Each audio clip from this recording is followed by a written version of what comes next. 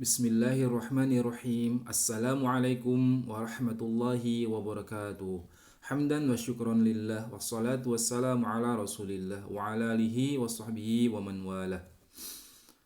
Anak-anakku yang soleh dan solihah, apa kabarnya di pagi hari ini? Mudah-mudahan kita senantiasa diberikan kesehatan dan kekuatan oleh Allah Subhanahu wa taala.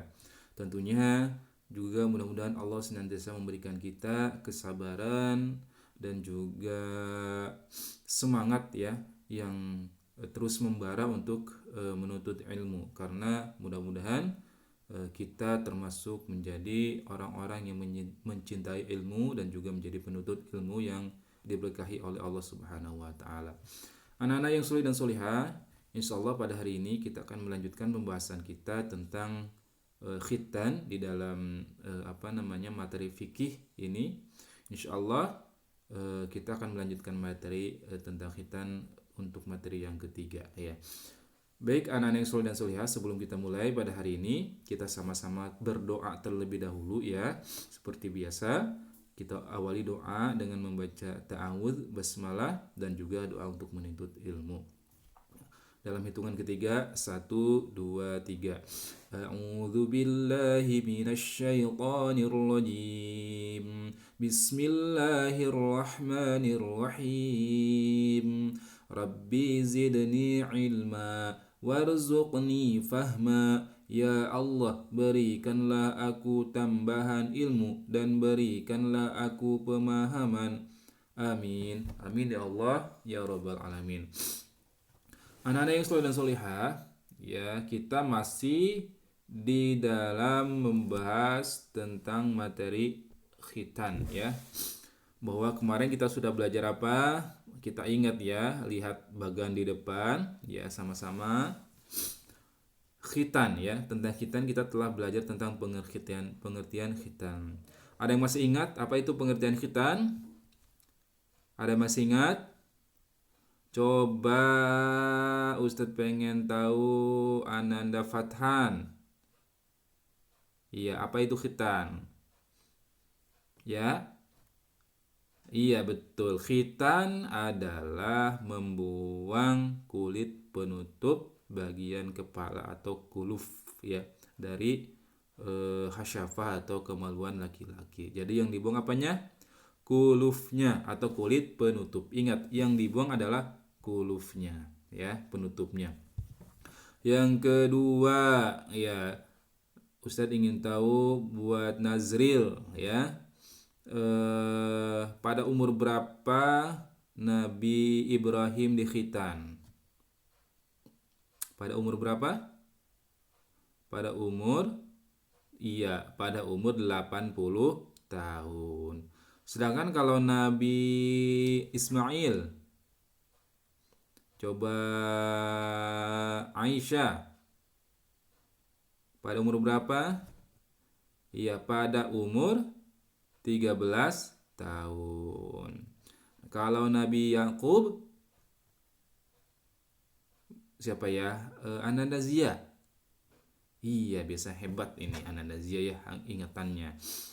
Pada umur berapa Nabi Yakub dikhitan? Pada umur pada umur 7 tahun. Alhamdulillah. Ya, itulah sejarah sekilas tentang pengertian dan sejarah khitan, dan juga dalil-dalilnya tolong dibaca ulang ya seperti apa. Kemudian kita juga telah belajar kemarin tentang pelaksanaan khitan. Bahwa khitan itu dianjurkan, disunahkan dilakukannya pada waktu sebelum akhir balik, yaitu pada sekitar usia 7 sampai 10 tahun. Bahkan ada anjuran pada hari ke-7 kelahiran ya, pada pelaksanaan khitannya itu. Sehingga kemudian diharapkan dalam usia seperti itu pertumbuhan daging, pertumbuhan kulit itu masih terus tumbuh ya, sehingga kemudian cepat sembuh ya. Berbeda kalau di khitannya sudah sepuh ya, sudah tua. Nah, dan kemarin juga kita telah belajar tentang apa hukum khitan. Bahwa khitan ya, apa yang kita pelajari dalam buku ini ya, bahwa khitan adalah bagi laki-laki hukumnya wajib, termasuk bagi orang yang baru masuk agama Islam atau mu'alaf, berapapun umur dia, ya, dia wajib untuk dikhitan. Walaupun misalnya dia masuk Islamnya sudah umur 30, 40, 50 tahun atau 60 tahun misalnya, itu juga masih wajib dikhitan. Kenapa? Karena memang kalau tidak dikhitan masih akan ada tersisa sisa-sisa buang air kecilnya itu, sehingga kemudian ini menjadi najis. Sementara ada ibadah-ibadah tertentu termasuk sholat dan membaca Al-Quran yang mengharuskan kita, mensyaratkan kita suci dari kotoran, suci dari hadas kecil, ya, termasuk kotoran-kotoran yang ada bekas buang air kecil seperti itu. Nah, kalau kulitnya masih ada, maka masih menempel di situ tuh, sehingga kemudian kulitnya harus dibuang, kulit penutupnya itu dibuang, sehingga kalau pipis dan kemudian juga dicuci itu akan bersih seperti itu. Nah, kemudian bagi perempuan hukumnya adalah sunnah, ya, khitan ini. Nah, alhamdulillah ya, kemarin kita sudah belajar tentang pengertian khitan, sejarah khitan, pelaksanaan khitan, dan juga tentang hukum khitan. Secara sekilas sudah kita ulas barusan ya. Dan terakhir hari ini kita akan sampaikan tentang hikmah khitan ya. Kita sambil jalan ya, kemarin kita telah belajar ini ya. Nih, khitan ya, seperti apa pengertiannya, kemudian juga sejarah khitannya seperti apa, kemudian juga hukum khitan seperti apa ya, bagi laki-laki dan juga bagi perempuan. Pelaksanaannya kapan ya? Disunahkan pada umur 7 sampai 10 tahun. Nah, kemudian juga kita telah belajar tentang hukum khitan tersebut. Nah, hari ini kita akan lanjutkan materi kita, yaitu tentang hikmah khitan, hikmah berkhitan. Kita kecilin dulu, sip. Nah, anak-anak yang soleh dan solihah, pada hari ini ya kita akan lanjutkan materi tentang khitan ini, yaitu tentang hikmahnya. Apa sih manfaat khitan ya, atau hikmah khitan? Yang pertama ada dari segi agama, yang kedua dari segi kebersihan dan kesehatan. Jadi manfaat khitan ini ada dua hal. Pertama, kesehatan, maksudnya manfaat dari agama, dari sisi agama, menurut agama, dari segi agama. Yang kedua, manfaat khitan dari segi kebersihan dan kesehatan. Diingat baik-baik ya. Jadi manfaat khitan ini ada dua. Pertama dari segi agama, kedua dari sisi kebersihan dan kesehatan. Terus apa manfaatnya Ustadz berkhitan itu dari segi agama? Nah, silakan dilihat ke depan ya, ke layarnya ya. Yang pertama, khitan merupakan bentuk penyucian seorang muslim dari najis ya. Jadi pensucian seorang muslim dari najis. Ingat ya. Jadi kalau sebelum dikhitan masih ada penutupnya, maka sisa pipis itu masih nempel di kulit. Nah, ketika sudah dibuang, tidak ada lagi kulit penutup itu, maka ketika pipis dan dicuci akan lebih bersih. Sehingga itu khitan merupakan bentuk pensucian atau penyucian seorang muslim dari najis. Itu hikmah yang pertama. Yang kedua, khitan merupakan salah satu sarana bagi kesempurnaan agama. Jadi khitan merupakan salah satu sarana bagi kesempurnaan agama. Iya, kenapa? Karena tadi ada ada ibadah-ibadah tertentu di dalam Islam yang mengharuskan kita suci dari najis, suci dari hadas kecil, suci dari hadas besar, sehingga ketika sudah dikhitan akan menjadi sarana bagi kesempurnaan agama. Ya.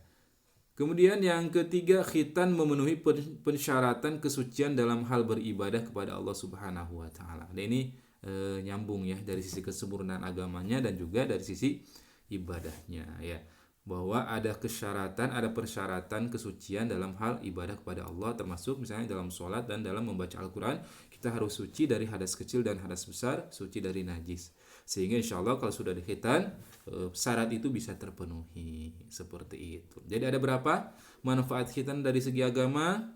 Ada 3. Yang pertama, khitan sebagai pensucian seorang muslim dari najis. Yang kedua apa? Ya, khitan merupakan salah satu sarana bagi kesempurnaan agama. Yang ketiga, khitan merupakan memenuhi persyaratan kesucian dalam hal beribadah kepada Allah Subhanahu wa taala. Ya, itu yang dari segi agama. Nah, yang kedua, manfaat khitan dari sisi kebersihan dan kesehatan. Apa itu? Nah, ini sudah jelas ya. Sudah bisa kita lihat. Yang pertama, khitan merupakan cara sehat untuk mencegah berbagai penyakit. Nah, ingat ya. Karena kalau masih ada penutup, masih ada kulit penutup dari dari hasyafah, kepala hasyafah itu, maka masih bisa memungkinkan menempel bukan hanya kotoran bekas buang air kecil atau BAK, tetapi ketika itu lembab kotoran bisa jadi di situ masuk kuman, masuk apa namanya, masuk penyakit-penyakit karena posisinya menjadi lembab ya, sehingga kemudian ketika tidak tercuci dengan bersih maka akan menjadi sumber penyakit. Sehingga khitan, kalau sudah dihitan itu berarti bisa menjadi cara sehat untuk mencegah berbagai penyakit. Oke ya, yang pertama. Yang kedua, khitan tentu merupakan salah satu cara menjaga kebersihan. Jadi insya Allah kalau sudah dikhitan, tentunya kalau kita sudah buang air kecil ya, dan tentunya harus dibersihkan, dicuci ya, bukan hanya curlawur begitu. Ya, Ustadz sudah dihitan, jadi kalau pipis nggak perlu dicuci, ya tetap harus dicuci supaya lebih bersih dan juga tentu tidak meninggalkan najis di bekasnya dan juga tetesannya, sehingga kita bisa lebih bersih, lebih sehat dan tentunya lebih baik karena akan bisa lebih menjamin kebersihan dan kesehatannya. Tentunya juga bisa lebih kebersihan dari najisnya sudah bisa lebih terjaga. Nah, yang solih dan solihah, itu saja pertemuan kita hari ini, yaitu tentang membahas hikmah dari khitan dari sisi apa? Dari segi agama dan sisi kebersihan dan kesehatan. Nah, sebelum ditutup, kita ulangi manfaat khitan dari segi agama. Apa tadi yang pertama? Yang pertama adalah merupakan bentuk penyucian seorang muslim dari najis. Yang kedua, khitan merupakan salah satu sarana bagi kesempurnaan agama. Ingat, sarana bagi kesempurnaan agama. Ingat ya. Yang ketiga, khitan merupakan persyaratan kesucian dalam hal beribadah. Itu 3 hal dari manfaat khitan segi agama. Yang kedua, manfaat khitan dari sisi kebersihan. Ya, kita sebutkan cukup 2 di sini ya. Yang pertama, khitan merupakan cara sehat mencegah berbagai penyakit, dan yang kedua, khitan merupakan salah satu cara menjaga kebersihan. Baik anak-anak yang solih dan solihah, itu saja pertemuan kita hari ini. Mudah-mudahan bermanfaat. Bagi yang sudah dihitan, rasakan manfaatnya.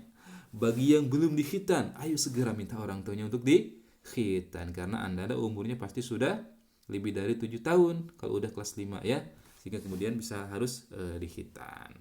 Oke. Baik, itu saja kita tutup pertemuan kali ini dengan doa. Mudah-mudahan kita mendapatkan ilmu yang bermanfaat dan barokah. Dan sekali lagi mudah-mudahan Allah jaga kita, kesehatan kita, sehingga kita terhindar dari penyakit termasuk wabah yang sedang melanda di negeri kita ini. Kita tutup sama-sama dengan baca hamdalah, istighfar dan doa kifaratul majlis. Alhamdulillahirabbil alamin. Astaghfirullahaladzim. Subhanakallahumma wa bihamdika asyhadu an la ilaha illa anta astaghfiruka wa atubu ilaik. Wassalamualaikum warahmatullahi wabarakatuh.